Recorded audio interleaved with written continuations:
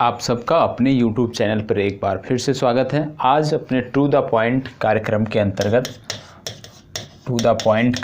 अंतर्गत आज हम बात करने वाले हैं मुख्यमंत्री कोविड-19 योद्धा कल्याण योजना।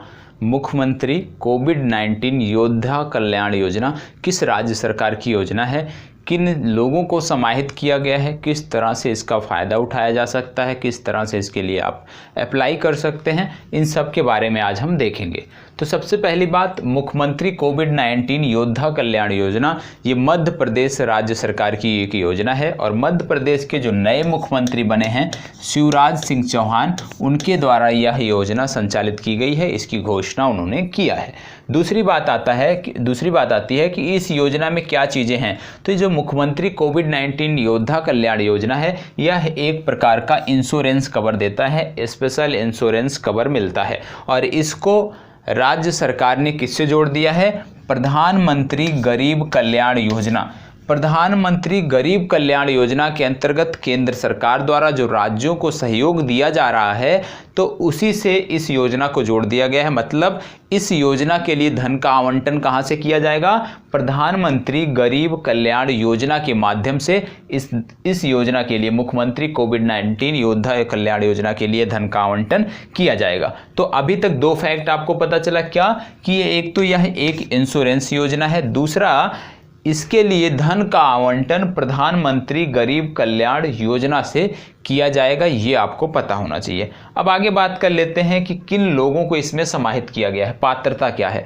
तो जो भी स्वास्थ्यकर्मी स्वास्थ्य के क्षेत्र में कोविड-19 से लड़ने के लिए, जो भी लोग स्वास्थ्य से संबंधित गतिविधियों में संलग्न हैं, कोविड-19 से निपटने के लिए स्वास्थ्य से संबंधित गतिविधियों में योगदान दे रहे हैं, चाहे वह परमानेंट वर्कर हों राज्य सरकार के, केंद्र सरकार के, या उस मध्य प्रदेश राज्य विशेष के किसी भी संस्था द्वारा कॉन्ट्रैक्ट पर। आप जानते हैं, आप ज़्यादातर अस्पतालों में, मेडिकल कॉलेजों में कॉन्ट्रैक्ट पर वर्कर रखे जाते हैं। तो जो कॉन्ट्रैक्ट पर वर्कर हैं उनको भी इस योजना के तहत समाहित किया गया है। जो सफाई कर्मी होंगे अस्पतालों के, उनको भी इस योजना के तहत समाहित किया गया। कहने का मतलब है कि स्वास्थ्य से जुड़े हुए जो भी लोग हैं, जो कोविड-19 से लड़ने में मदद कर रहे हैं, लोगों को सुविधा उपलब्ध कराने के लिए प्रयासरत हैं, लोगों के इलाज के लिए प्रयासरत हैं, साफ सफाई व्यवस्था के लिए प्रयासरत हैं, उन सभी को इस योजना के तहत रखा गया है और यह योजना विस्तृत रूप से सभी स्वास्थ्य कर्मियों को कवर करती है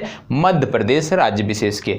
अब इस योजना के तहत है क्या कि इस योजना के तहत यदि किसी व्यक्ति की कोविड-19 संक्रमण से लड़ते समय, मतलब लोगों की मदद करते समय मृत्यु हो जाती है, चाहे उसमें संक्रमण हो या ना हो, किसी भी अवस्था में यदि इस टाइम पीरियड में कोई भी स्वास्थ्यकर्मी जिसकी असामयिक मौत होती है, तो उसको 50 लाख रुपए का बीमा कवर किया गया है। उसके परिवार को 50 लाख रुपए राज्य सरकार द्वारा मुख्यमंत्री कोविड-19 योद्धा योजना के अंतर्गत दिया जाएगा।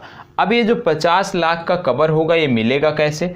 सबसे पहली बात, एक चीज़ इसमें और याद रखनी है कि यह योजना कब से कब तक के लिए है। तो यह योजना जो आपकी है, ये ज़्यादा दिनों के लिए नहीं है, सिर्फ और सिर्फ लगभग ये 30 मार्च से 30 जून तक के लिए है। मतलब 30 मार्च से लेकर 30 जून तक यदि कोई भी मध्य प्रदेश राज्य विशेष का स्वास्थ्यकर्मी असामयिक मौत का शिकार होता है, तो निश्चित रूप से उसके परिवारजनों को 50 लाख रुपए की राशि आर्थिक सहायता के रूप में राज्य सरकार देगी।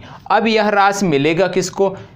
यह राशि सबसे पहले प्रथम चरण में, प्रथम श्रेणी में इसमें आते हैं, प्रथम पात्रता में आते हैं। कौन आता है? प्रथम पात्रता में हस्बैंड वाइफ आते हैं जो वर्कर कार्य करते हैं।